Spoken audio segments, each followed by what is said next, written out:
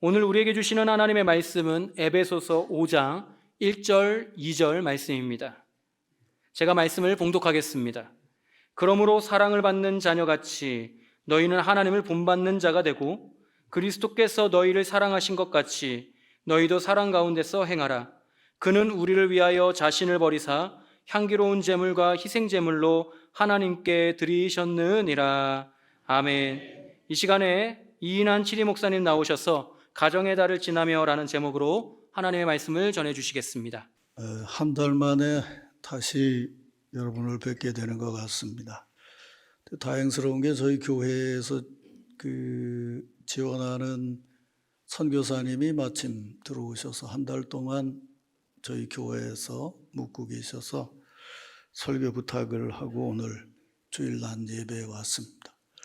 예배 끝나고 가면 우리 교회 할머니 할아버지들한테 되게 혼날 것 같아요. 여기 왔다 갔다고.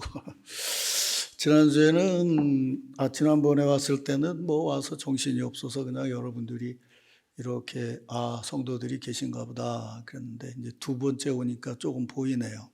그래서 오늘은 보니까 그날은 못 봤는데 근데 지휘자님 남자들 찬양대는 들어오기가 굉장히 힘든가 보죠? 어떻게 4명밖에 안 된대. 내가 보니까 4명이더라고요. 근데 우리는 장로님들도 찬양대 하시거든요. 내가 보기엔 4시 여자들 상대하기 힘들 것 같아요. 그러니까 좀 찬양대가 좀 남자들이 늘어났으면 좋겠고, 또 아까 찬양하는데 보니까 딱 2명이 찬양을 안 하더라고. 찬송 그러는데 그것도 얼굴이 예쁘장하게 생긴 젊은 처자가 찬양을 안 하더라고요. 목사는 강단에 있으면 이제 그게 보이거든요. 뜨끔한 사람이 있을 거구만. 그 찬양 4절까지 부르는데 안 부르고 있는 것도 그게 보통 지옥이 아니에요. 그냥 쉽게 따라들 하세요. 이제 가정의 달을 지나면서 오늘 어버이 주일이라서 어버이 주일 설교를 해야 되는데 또 저한테 맡겨진 것이 치리 목사의 직분이기 때문에 여러분들에게 그래도 들어서 좀 뭔가 생각할 수 있는 그런 말씀을 오늘 드리도록 하겠습니다. 전 세계적으로 유명한 베스트셀러 작가인 막스 루케이도 목사님이라는 분이 아주 특별한 사랑이라는 책에서 이런 말을 합니다. 우리가 잘 아는 고린도전서 13장을 봅시다. 오랫동안 수많은 사람들이 이것을 사랑에 관한 최고의 진리로 손꼽아왔습니다. 이 구절만큼 변함없이 낭송되고 사랑하는 이들의 마음에 깊이 남아있는 글귀는 없을 겁니다. 그 중에 4절부터 8절까지가 핵심입니다. 잘 아시는 구절이죠. 사랑은 오래 참습니다. 사랑은 친절합니다. 사랑은 시기하지 않습니다. 사랑은 자랑하지 않습니다.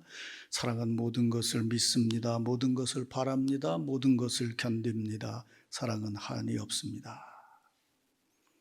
몇 년 전에 나는 여기서 난 제가 아니고 그분이에요.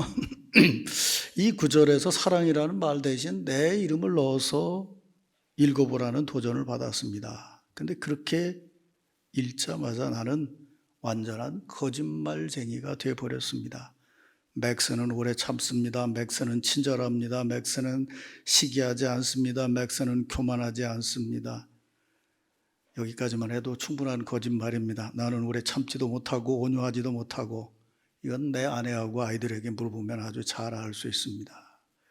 그래서 몇 년 동안 나는 이 구절과 씨름을 했습니다. 이 구절들은 도저히 나로서는 도달할 수 없는 기준을 제시해 놓고 있었습니다. 나뿐만 아니라 어느 누구도 이 기준에 맞출 수가 없을 것입니다. 오직 한 분 예수 그리스도를 제외하고는 말입니다. 사랑이라는 단어 대신에 그리스도를 넣어서 읽어봤습니다. 예수님은 오래 참습니다. 예수님은 친절합니다. 예수님은 시기하지 않습니다. 예수님은 자기만을 생각하지 않습니다. 예수님은 나쁜 마음을 먹지 않습니다. 예수님은 진실을 기뻐합니다. 예수님은 모든 것을 덮어주고 모든 것을 견디며 한이 없습니다. 이렇게 읽어보니 깨닫게 되는 것이 있었습니다. 이 구절은 우리가 실천해야 될 사랑을 가르치기 이전에 우리를 향한 하나님의 놀라운 사랑을 기록해 놓고 있다는 것입니다. 이 구절은 우리로서는 도저히 만들어낼 수 없고 거부할 수 없는 사랑을 기억하게 하는 이정표인 것입니다. 그렇게 기록하고 있습니다. 우리가 오늘 읽은 본문 첫 절에 보면 사도 바울은 에베소 교인들에게 그러므로 사랑을 받는 자녀같이 살라고 권면하고 있습니다. 가정의 달을 지나며 이 아침 성령께서 우리들에게 주시는 말씀이 있다면 저는 바로 이것이라고 믿습니다. 지금 하나님의 사랑을 받는 자녀같이 살라는 것이죠. 지난번에도 제가 지나가던 말씀을 드렸습니다마는 제가 요즘에 말이죠. 누구든지 저에게 묻기를 목사님 요즘 어떻게 지내세요? 라고 물으면 저는 자신 있게 이렇게 말합니다. 저는 정말 지금 하나님 은혜 안에 살고 있습니다. 저는 정말 하나님의 자녀로 살고 있습니다. 이렇게 대답을 합니다. 제가 한 7, 8년 전에 그동안 쌓아졌던 모든 것 때문에 쓰러져서 한 달을 병원에 입원하고 1년을 목회를 못했던 적이 있어요.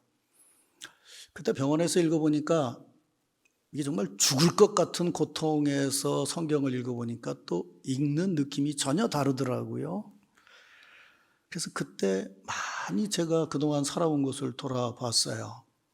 그게 이어져서 이제 오늘까지 이어지는데 생각해보면 지금까지 살아온 한 걸음 한 걸음이 그리고 지금 살아가고 있는 한 걸음 한 걸음이 하나님의 은혜요, 하나님의 사랑이라는 생각으로 감사하면서 살아가고 있습니다. 이 나이에 제 얘기를 한다고 해서 특별히 자랑하려는 건 아닌데 어쨌든 오늘은 제 얘기를 좀 하면서 설교를 하려고 합니다. 저는 아주 부잣집은 아니지만 유복한 가정에서 태어났습니다. 저는 남달리 아버지 사랑을 아주 끔찍하게 받고 자랐습니다. 6.25 직후에 육군 대위인 아버지가 결혼을 해서 첫 번째 낳은 아들이라 저를 정말 이뻐하셨어요. 지금도 아마 그런 애들은 없을 건데 저는 3살 때까지 방바닥에서 잠을 안 잤어요. 어디서 잤냐면 아버지 배 위에 엎어져서 잤어요. 우리 아버지가 저를 그렇게 키웠어요. 저는 어려서 머리가 좋았습니다. 초등학교 때 IQ가 그때 당시로 150쯤 됐고 지금 멘사로 계산한다면 한 175쯤 되니까요. 놀라지도 않네. 우리 아버지가 이렇게 말씀하셨어요. 너는 머리가 좋으니까 공부를 열심히 해서 서울대 법대를 가라. 그리고 판사나 변호사가 되라. 그리고 아버지는 저를 뒷마당에 데리고 가셔서 이렇게 말씀하셨어요. 여기다 우리 3층 집을 짓고 너하고 나하고 같이 살자. 그렇게 말씀하셨어요. 그런데 세월이 얼마쯤 지나고 나서 저는 몸도 아프고 여러 가지 이유가 있어서 서울대도 못 가고 변호사도 못했어요. 이런저런 읽으면서 신학을 하게 됐는데 요즘은 그런 게 없지만 예전에는요. 한 집안에서 누가 신학을 하든지 목회자가 되면요. 그 집안은 망해요. 근데 우리 집은 하나가 간 게 아니라 셋이 갔으니 어땠겠어요? 폭삭 망했지. 진짜 집안이. 정말 힘들었어요. 우리 아버지는 정말 선한 분이고 의리 있는 분이셨어요. 우리 교회 교인 중에 한 분이 직장에서 부정을 저지른 것을 아버지가 제일 우두머리였기 때문에 책임을 지고 물러나셨어요. 그때부터 집안이 어려워지기 시작을 했죠. 그래서 신학대학을 수석으로 졸업을 했지만 장남인지라 유학을 포기하고 그리고 개척교회에서부터 시작을 했어요. 개척교회 끝나고 부산에 총회장님 후임으로 내려왔는데 참 건명부는 좋았는데 교회 와보니까 건물이 부도로 넘어간 교회더라고요. 10년을 고생을 하고 20년 전에 지금 남천교회에 와서 오늘에 이르게 됐어요. 제가 이렇게 목회를 하는 동안에 정말 저는 아버지의 눈물의 기도거리였어요. 물론 저는 외할머니, 어머니 기도 안에서도 자랐지만 아버지 기도를 잊을 수가 없어요. 제 아버지는 어려서 그 유명한 아우지 탄광에 끌려가서 어린 나이에 탄광에서 일을 하다가 천식이 생겨서 평생을 숨을 잘 못 쉬셨어요. 어쩌다 아버지 집에 가서 자려면 자다가 잠을 깨보면 새벽 2시에 아버지는 기침을 하고 일어나서 기도를 하셨어요. 저한테는 내가 네 뒷받침을 못해서 네가 이렇게 고생하는구나. 그래서 늘 자녀들을 위해서 기도하셨어요. 그리고 저희 아버지는 20년 전에 돌아가셨는데 하루도 저희 집에 와서 주무시지를 않으셨어요. 목회하는 아들 며느리 고생한다고 하루도 우리 집에서 주무시지를 않으셨어요. 근데 저는 하루도 아버지를 모시고 살지를 못했어요. 아버지는 나하고 같이 살자고 그랬는데 그게 내가 지금까지도 마음에 남아있는 아픔이고 부담이고 죄스러움이에요. 근데 세월이 흐르고 나서 보니까요, 저는 아버지 기도 덕이라고 생각을 하는데 저는 서울대도 못 가고 변호사도 못 되었어요. 근데 아버지 기도 덕으로요, 아들도 서울대 경제학과를 나왔고 딸도 서울대 경제학과를 나왔고 아들은 지금 변호사를 하고 있어요. 그리고 며느리는 서울대 외교학과 출신이에요. 아버지 날 서울대 가라고 기도했는데 시간이 지나니까 우리 집에 서울대를 졸업한 아이들이 3명이 됐어요. 나는 아버지를 하루도 모시고 살지는 못했는데 아버지 기도 덕에요. 저는 지금 아들, 딸하고 같이 살고 있어요. 아들은 결혼해서 조금 옆에 살고 딸은 지금 여기 있어요. 아버지하고 같이 살겠다고 부산에 와서 변호사를 하고 딸은 소위 시내 직장이라고 하는 한국거래소에 다니고 있어요. 아버지하고 같이 살겠다는 거예요. 나는 이 모든 게 우리 아버지의 기도 덕이라고 믿고 있어요. 하나님이 우리 가정에 주시는 축복이라고 믿고 있어요. 우리 아이들 둘 교회 일 정말 열심히 합니다. 딸은 33살인데 별명이 2가지가 있어요. 하나는 자소서의 여왕이고 하나는 밥 사주는 누나예요. 우리 딸은 글을 정말 잘 써요. 그래서 우리 교회에서 고등학교를 졸업하는 애들, 직장에 취직하는 애들의 모든 자소서는 우리 딸이 다 봐주고 지도하고 해서 하면 거의 다 합격을 해요. 그래서 별명이 자소서의 여왕이에요. 토요일 날만 되면 교회 가서 아이들하고 찬양 연습하고 피아노 가르쳐주고 그리고 지가 돈 번다고 밥 사줘요. 그래서 별명이 밥 사주는 누나예요. 우리 아들은 이제 44살인데 변호사를 하면서도 전혀 거리낌이 없어요. 토요일 날 오면 아이들하고 축구하고 청년들하고 같이 놀고 그리고 토요일 날 저녁이면 아이들을 데리고 가서 지 집에서 저녁 식사를 해요. 여러분 아시듯이 민족사관학교 수석으로 졸업하고 외대 수석을 한 여자아이가 반찬을 하면 뭘 할 줄 알겠어요. 나는 우리 애들이 서울에 있으면서 진짜 고생을 많이 해서 야, 저놈 장가 잘못 가면 진짜 굶어 죽는데 그랬는데 아니 신부감이라고 서울대 나온 애를 데리고 왔는데 나는 순간 생각이 너는 밥은 다 얻어먹었다 그랬어요. 근데 안 해요. 우리 며느리요 이쁘고요. 얼마나 반찬을 잘하는지 몰라요. 궁금하면 오세요. 드릴 테니까. 아니 며느리가 김치를 해가지고 우리 집에 온다니까요. 그래서 내가 우리 집사람 보고 그랬어요. 당신이 평소에 덕을 많이 쌓아서 며느리를 참 잘 본 것 같다. 교회 생활을 오래 한 아이가 아닌데도요.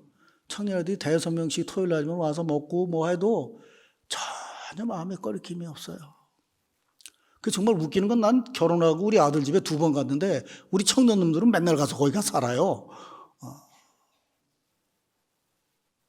저하고 같이 어려서부터 공부했던 친구들 셋이 목사가 됐어요. 그 중에 하나가 총회장을 한 윤성원 목사예요.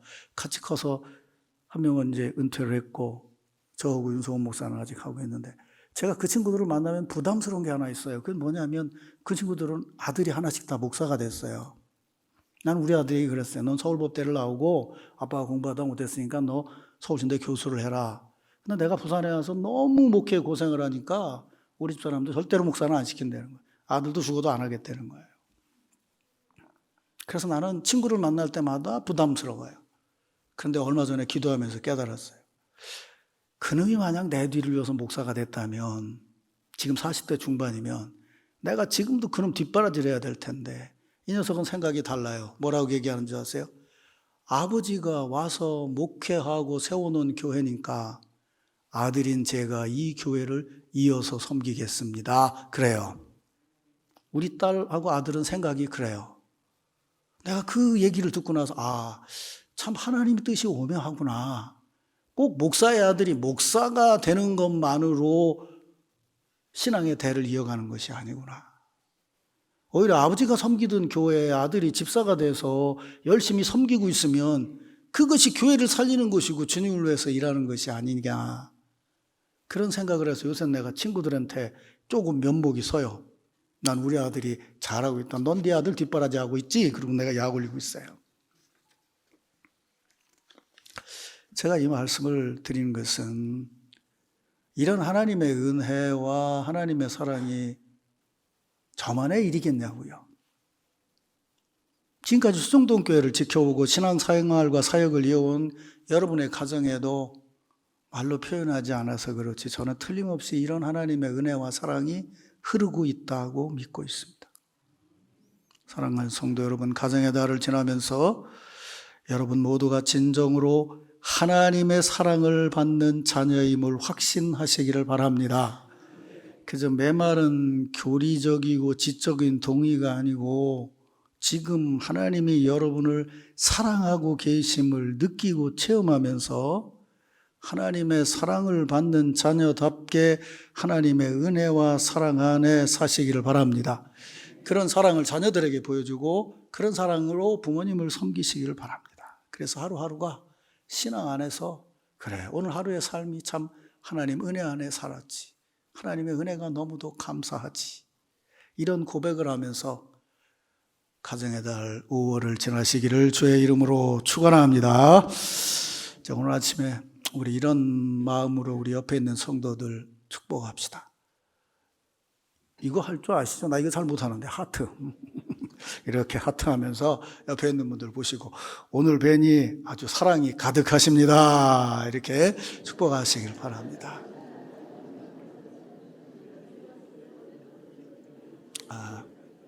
잘 못하시는가 봐. 한참 하시는 거 보니까. 한 번 더 하겠습니다. 가정에 하나님의 사랑이 충만하길 바랍니다.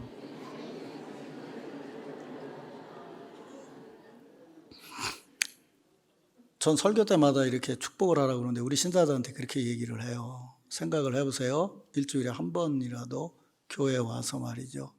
모든 성도들이 같이 성도들에게 말씀에 근거해서 축복을 한다면 그게 1년이면 52번이고 10년이면 500번이잖아요. 그 축복이 지난번에 말씀드린 것처럼 몸에 배는 거예요. 누군가를 축복하면서 살아간다는 것이 우리 몸에 배어 있어야 돼요. 믿습니까, 여러분? 주일날 와서 은혜 받으려고 생각하지 말고 은혜와 사랑을 나누는 성도들이 되시길 바랍니다. 네. 자, 이제 이런 느낌, 감동을 마음에 담고 오늘 주신 말씀을 조금 자세히 보면서 가정의 달을 지나는 하나님의 사랑받는 자녀로 살아감을 하나님의 말씀으로 듣겠습니다. 오늘 읽은 말씀보다 조금 앞에 가면요 4장 25절에 보면 그런즉 거짓을 버리고 각각 이웃과 더불어 참된 것을 말하라 이렇게 기록되어 있습니다. 사도 바울은 하나님의 사랑을 받는 자녀는 참되고 선한 말을 해야 한다고 권면합니다. 하나님의 사랑을 받는 성도들은 거짓말을 하지 않고 참된 말, 선한 말을 해야 됩니다. 성도들과 공동체를 이루고 살아가는데 은혜를 끼치고 덕이 되는 말을 하며 살아가야 합니다. 이것이 하나님의 사랑을 받은 성도들이 이웃과 더불어 살아가는 삶의 중요한 원칙이자 삶입니다. 성도들이 거짓말하지 말고 참말하라는 이 말을 여러분들이 몰라서 제가 이 얘기를 지금 하려고 할까요? 네, 그 말을 우리는 지금 오늘 우리가 나누는 신앙적이고 신학적인 의미에서 거기에 담겨져 있는 의미와 뜻을 잘 분별하는 것이 굉장히 중요합니다. 제가 한 달 전에 여러분에게 드린 설교가 여러분들에게 위로가 되셨는지 굉장히 많은 분들이 유튜브 설교를 보셨더라고요. 난 내가 인기가 그렇게 좋은 줄 몰랐어요. 근데 설교를 올리고 얼마 안 됐는데 제 아내가 제게 와서 그래요. 난 잊어버렸는데 여보, 당신 수정동교회 치리 목사 빨리 그만두세요. 그래요. 무슨 말이야? 그랬더니 이것 좀 보세요. 그래요. 그리고 밑에 보니까 어떤 친구가 제 설교 밑에다가 이런 댓글을 달았더라고요. 지금 수정동 교회는 예수님이 필요한 게 아니고 돈이 필요합니다. 그 다음에 뭐라 했냐면 탈세하는 목사다운 설교군요. 이렇게 썼어요. 그래서 탈세하는 목사? 아니 내가 가진 거라고는 땅 한 평도 없고 방 한 칸도 없고 책만 10,000권인데 책 10,000권 가진 것도 세금을 내야 되나? 근데 그 다음에 달린 글을 보니까 이게 무슨 얘기인지를 알겠더라고요. 우선 세상적인 기준으로 참말이냐 거짓말이냐는 거를 말씀을 드릴게요. 저는 세금을 내는 목사입니다. 근데 신자들이 잘 모르고 있는 것 같은데 사업하시는 분들은 알 거예요. 저는 저번에 장로님들하고 얘기를 하다 보니까 수정동교 같이 10억이 넘는 교회는 교역자를 근로자로 신고를 합니다. 근로자로 신고를 하게 되면 4대 보험을 교회에서 다 들어줘야 됩니다. 근데 작은 교회들은 목회자에게 4대 보험을 들어줄 수 있는 재정적인 여유가 없어요. 그렇게 되면 그 지출하는 사례금이 2배 이상 늘어나야 되기 때문에요. 그래서 큰 교회는 근로자로 신고를 해서 4대 보험을 들어주고 그리고 목회자가 신고를 해서 세금을 내게 돼 있고 10억 이하의 교회는 여러분 아시듯이 작은 자영업자처럼 1년에 한 번씩 세금 신고를 하고 그리고 자영업자로서 세금을 내게 돼 있어요. 10억 이하의 교회는 교회에 대한 세금도 계산을 안 하는데 이번에 우리 세금이 벌금으로 나왔더라고요.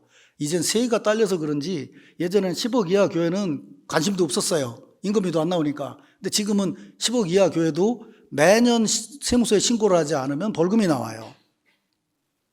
그러면 우리는 어떻게 하느냐? 세무사에게 맡겨서 1년 받은 사례비를 신고하면 그 친구가 정리를 해서 저에게 세금이 나오면 세금을 내요.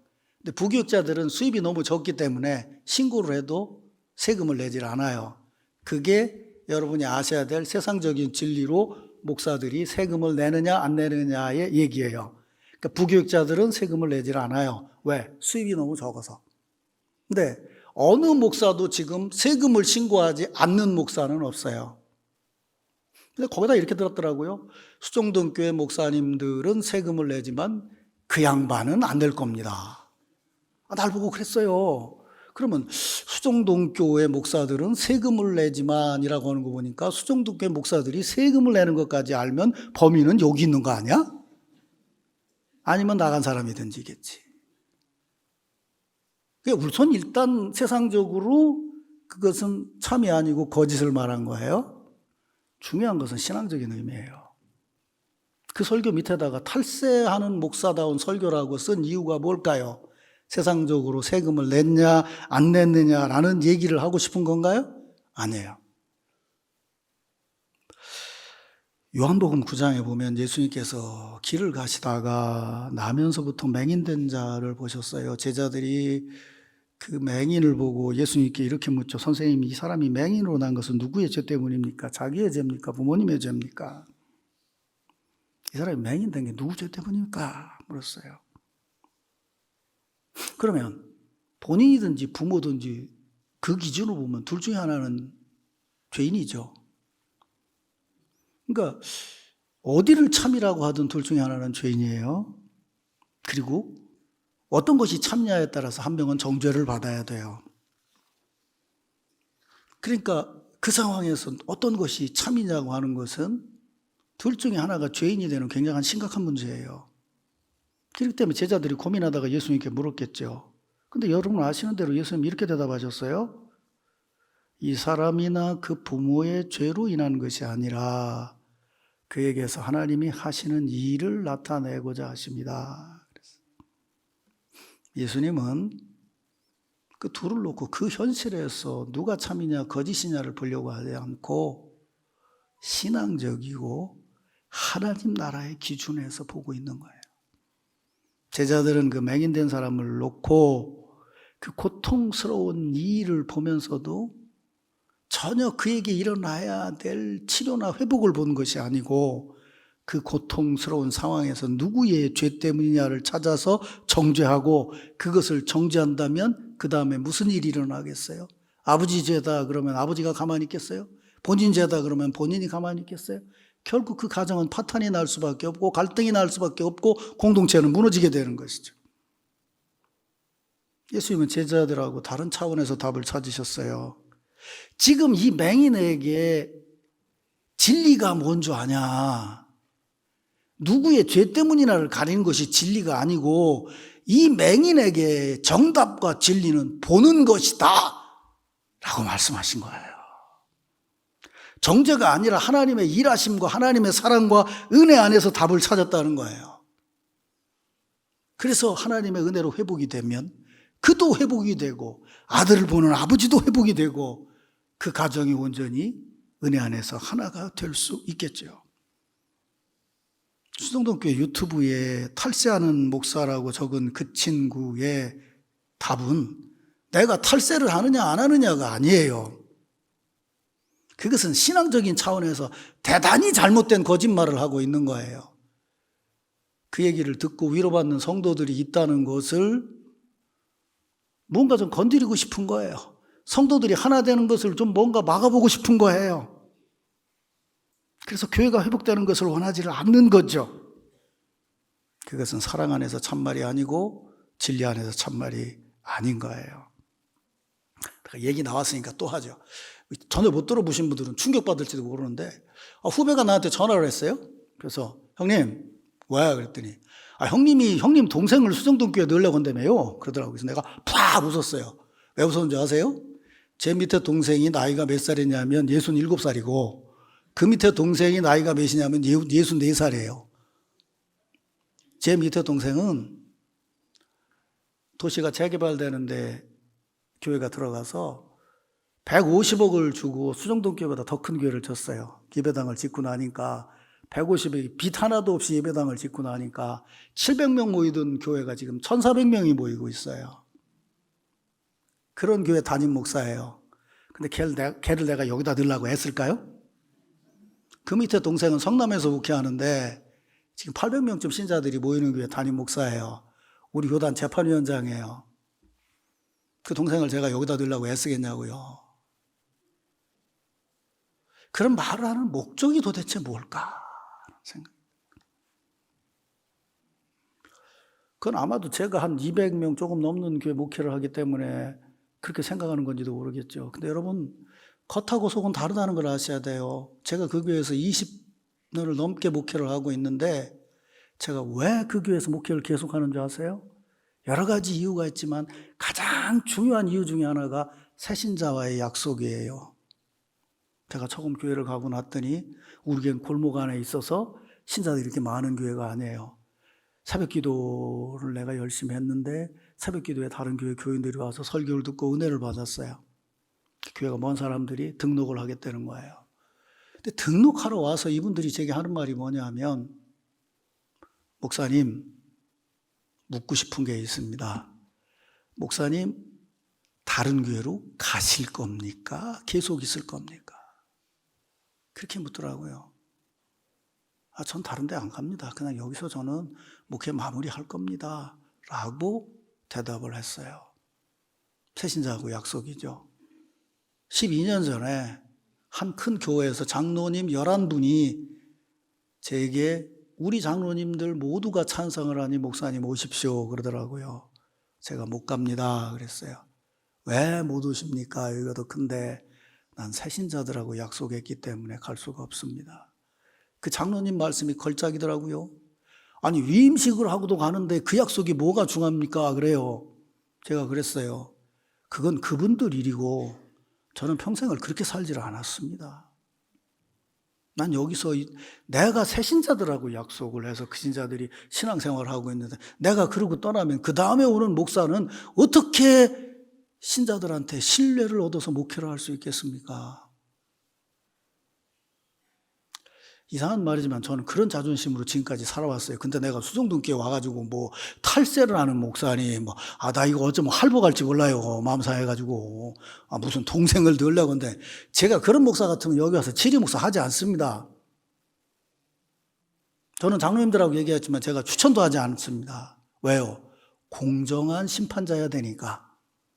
여러분들이 추천한 분 중에서 가장 좋은 분을 담임 목사로 선임을 해줘야 되는 것이 저의 사명이니까요.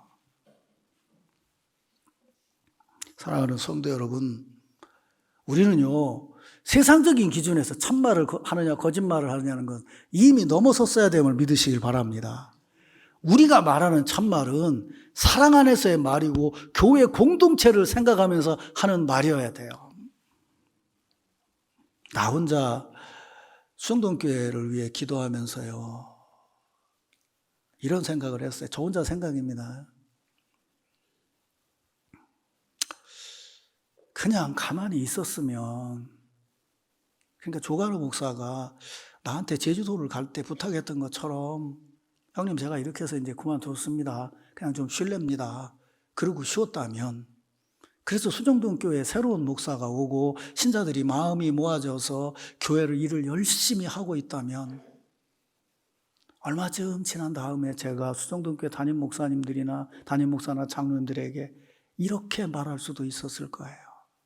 수정동교회 역사가 100년이 넘지 않습니까? 근래 교회 개척한 거 있습니까? 없지 않습니까? 여기 담임 목사로 수고하다가 지금 저렇게 쉬고 있는데 이제는 좀 몸을 좀 추스린 것 같습니다. 그 친구는 그 친구들의 은사가 있으니까 좋아하는 신자들도 있고 하니 수정동 교회에서 어렵지만 분립 개척을 해주면 얼마나 좋겠습니까? 그러면 수정동 교회 신자들도 그래, 우리가 기쁜 마음으로 교회 하나를 세웠지, 또 그 교회에서 하는 사람들은 열심히 일하지, 그렇게 됐다면 거기 간 사람들과 여기 간 사람들이 등지지 않았을 거 아니냐 그 말이에요. 안타깝고 마음이 아파요. 거기가 옳으냐 여기가 옳으냐를 얘기를 하는 게 무슨 의미가 있냐 그 말이에요. 하나님 사랑 안에서 진리를 말해야죠. 전 그렇게 생각하고 있는데 제가 여기다가 누구를 넣어야 되겠다 이런 거 가지고 생각할 그런 쪼잔한 목사로 생각을 합니까? 제가 70년을 살았는데요, 여러분 목사 다 그런 사람들이 아니고 여러분도 그런 사람들이 아니고 직분자도 그런 사람만 있는 거 아니에요. 나는 우리 수정동교회 성도들이 적어도 넓은 마음, 사랑의 마음으로 이 일을 잘 극복해 나갈 수 있으리라고 믿습니다. 한 가지만 더 말씀드리죠. 5장 4절에서 이렇게 말합니다. 누추함이나 어리석은 말이나 희롱하는 말은 마땅치 아니하니 오히려 감사하는 말을 하라. 그렇게 말씀해요. 유명한 심리학자인 마틴 셀리그만이 쓴 완전한 행복이라는 책이 있는데 그 책에 이런 얘기가 나옵니다. 미국의 밀워키에 있는 한 수도원, 아이들을 가르치는 수도원에서 평생을 일한 노년의 수녀님들에게 수녀님이 지금까지 살아온 본인의 삶에 대해서 짤막하게 글을 써주십시오라고 부탁을 했어요. 그랬더니 그 중에 세실리아 수녀라고 하는 분이 뭐라고 썼냐면 이렇게 썼어요.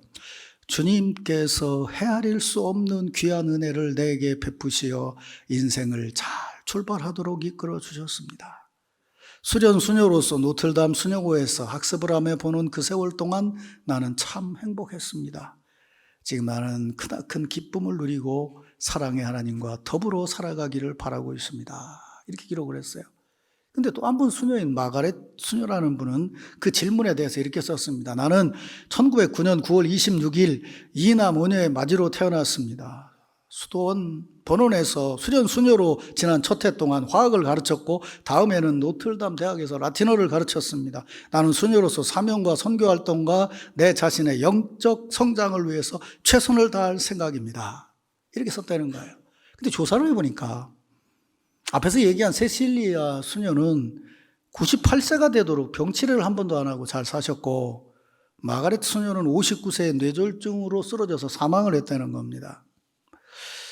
두 수녀가 같은 해 같은 도시에서 서원을 하고 수녀가 됐습니다. 수녀가 됐으니 그들이 무슨 술을 먹은 것도 아니고 자극적인 것을 먹은 것도 아니고 아주 부드러운 음식을 먹었고 담배와 술도 전혀 하지 않았습니다. 둘 다 미혼이었고 세상적으로 말하면 지위도 똑같았습니다. 그런데 수명과 건강에 차이가 있었다는 거예요.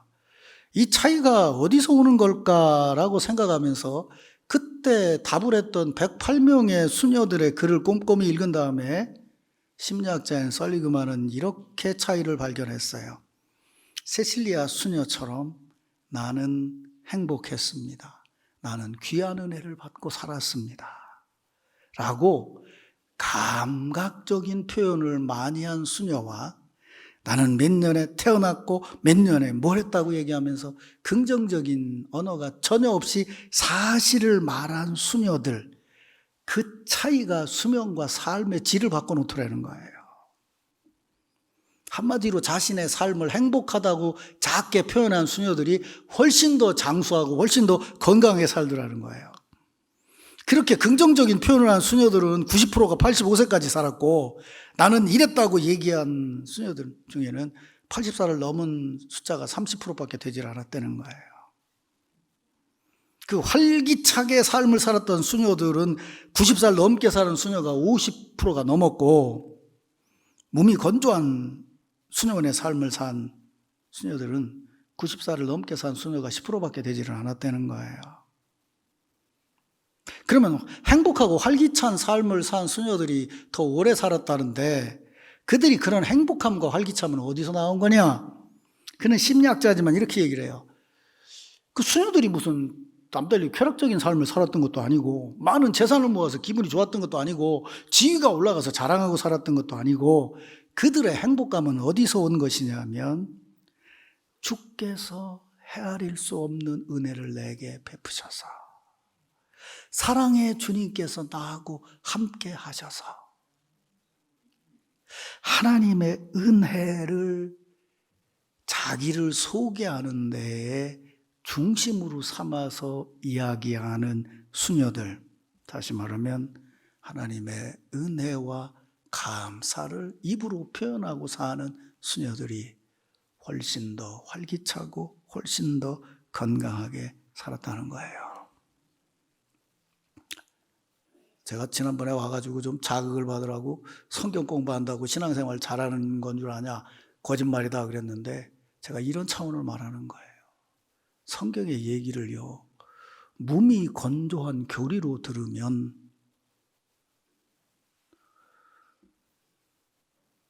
그건 우리 삶에 아무런 의미가 없어요. 하나님은 천지를 창조하셨고 지으신 다음에 보시기에 기뻐하셨다라고 얘기하는데 지금 교단에 창조신학 얘기를 가지고 서로 싸우고 있어요.